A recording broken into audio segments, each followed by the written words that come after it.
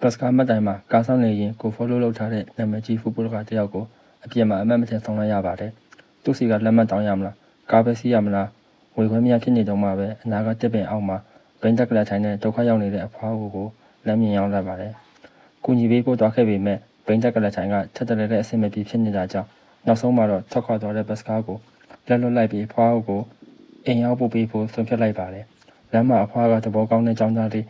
အိမ်ပြန်ပို့ပေးနေရဆိုပြီးတူမီတာဆိုစီဖုန်းဆက်ပြောတာကိုကြားတော့ကိုလည်းကြည်နက်မိတယ်လို့တက်ကြီးလာရင်ဘွားကဘယ်လောက်ခက်ခဲလဲဆိုတာစာနာမိသွားပါတယ်။အဖွားကကျေးဇူးတုတ်ပြန်တဲ့အနေနဲ့သူ့အိမ်မှာမွေးထားတဲ့ပိုမီရေးနီးယန်ခွေးလေးတစ်ကောင်ကိုပေးမယ်လို့ပြောတော့အယံဝန်းသာသွားခဲ့ပါတယ်။ဒါပေမဲ့ဖွားရဲ့နေအိမ်ကိုရောက်တဲ့အခါမှာတော့အရာအလုံးပြောင်းလဲသွားပါပြီ။အဲ့ဒီနေရာဟာလူသူကင်းမဲ့ပြီးပျက်စီးရွေးနေတဲ့တပ်အုပ်ကြီးတစ်ခုဖြစ်နေပါတယ်။ကြောက်စိတ်ဝင်လာခဲ့ပေမဲ့အဖွားကိုတနာလာနဲ့တက်လိကားအထိတွန်းပို့ပေးဖို့ဆုံးဖြတ်လိုက်ပါတယ်။အဲ့ဒီအချိန်မှာပဲအဖွားကခွေးလေးရဲ့ပုံတွေကိုဖုန်းထဲမှာပြပါတယ်။ပုံတွေကိုဆွဲကြည့်ရင်းနဲ့မှ